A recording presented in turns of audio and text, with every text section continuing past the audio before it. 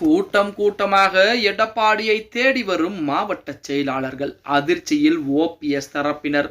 நண்பர்களே, அதிமுக தொண்டர்களாக இருந்தீங்க அப்படின்னா மறக்காம நம்ம சேனலை சப்ஸ்கிரைப் பண்ணிட்டு இந்த வீடியோக்கு ஒரு லைக் பண்ணிருங்க.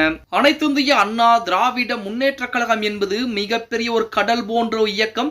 அந்த இயக்கத்தை அழிக்க நினைத்தால் கண்டிப்பாக அவர்கள் அழிந்து போவார்கள் அப்படிங்கிறதுக்கு உதாரணமாக நிறைய பேர் இருக்கிறாங்க. அதாவது அதிமுகவை தன்னுடைய கட்டுப்பாட்டுகள் கொண்டு வந்து விட வேண்டும்.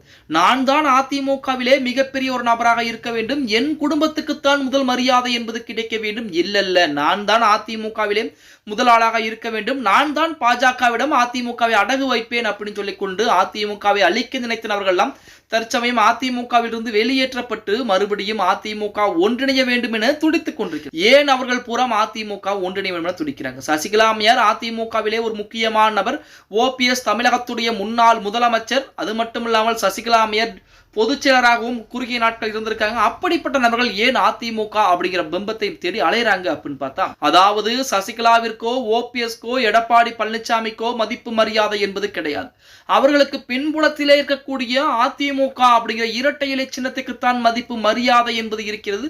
அந்த இரட்டை இலை சின்னம் அதிமுகவின் மூலமாகத்தான் ஜெயலலிதா அம்மையாரும் சரி, நமது புரட்சி தலைவர் பொன்மனச்செம்மல் எம்ஜிஆரும் சரி வாழ்ந்து கொண்டிருக்கிறார்கள் அப்படின்னே கூட சொல்லலாம். அந்த அவர்களுக்கு மட்டும்தான் மதிப்பு மரியாதை என்பது இருந்து கொண்டிருக்கிறது. அதன் காரணமாகத்தான் அதிமுகவில் 2026 சட்டமன்ற தேர்தலுக்கு முன்பாக உள்ளே வந்து அதிமுகவை 2026 சட்டமன்ற தேர்தலுக்கு பின்பாக கைப்பற்றி எடப்பாடியை ஓரங்கட்டி விடலாம் என வேலைப்பாடுகள் பார்த்துக்கிட்டு இருக்காங்க. அதற்கெல்லாம் ஓபிஎஸ் மிக உறுதுணையாக இருந்து கொண்டிருக்கிறார். ஓபிஎஸ் தற்சமயம் வரைக்குமே பார்த்தீங்கன்னா அதிமுக ஒன்றிணைய வேண்டும் என சொல்லிக் கொண்டிருக்கிறார். அப்படி ஒன்றிணைய வேண்டும் சொல்லிக் கொண்டிருக்கூடிய ஓபிஎஸ்ஐ நம்பாமல் தற்சமயம் அவருடைய மாவட்ட செயலாளர்களே எடப்பாடி பழனிசாமியை தேடி கூட்டம் கூட்டமாக வர ஆரம்பித்திருக்கிறார் அப்படிங்கிற செய்திகள் என்பது வெளியாகி இருக்கிறது. அதுவும் நமது ஓபிஎஸ் உடைய சொந்த மாவட்டமான தேனி மாவட்டத்திற்குரிய மாவட்ட செயலாளர்கள் 2 நபர்கள் நேற்று தினம் எடப்பாடி பழனிசாமியை நேரடியாகவே சந்திப்பு நடத்தி அதிமுகவில் தன்னை கழக அடிப்படை உறுப்பினராக இணைத்துக் கொண்டார்கள் அப்படிங்கிற செய்திகள் வெளியாகி கொண்டிருக்கிறது. அதிலேயும் குறிப்பாக ஓபிஎஸ் அரசியலிலே நடுத்தெருவில் நின்று கொண்டிருக்கிறார்.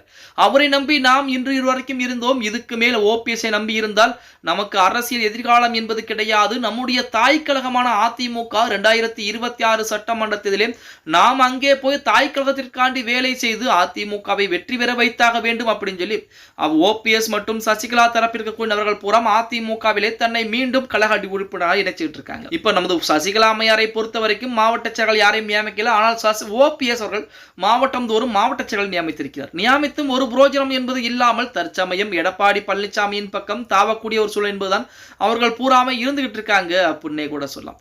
இப்ப இந்த இடைப்பட்ட காலங்களாக ஓபிஎஸ் உடைய அரசியல் நகர்வுகளுமே பாத்தீங்கன்னா மிகப்பெரிய அளவிலே பின்னடைவைத்தான் சந்தித்திருக்கிறது அப்படின்னே கூட சொல்லலாம். ஓகே गाइस, வீடியோ பிடிச்சிருந்தா மறக்காம லைக் பண்ணிருங்க. அப்படியே நம்ம போடக்கூடிய வீடியோ பத்தின கருத்துக்களை கீழே மறக்காம உங்க கமெண்ட் பாக்ஸ்ல பதிவு பண்ணுங்க நண்பா.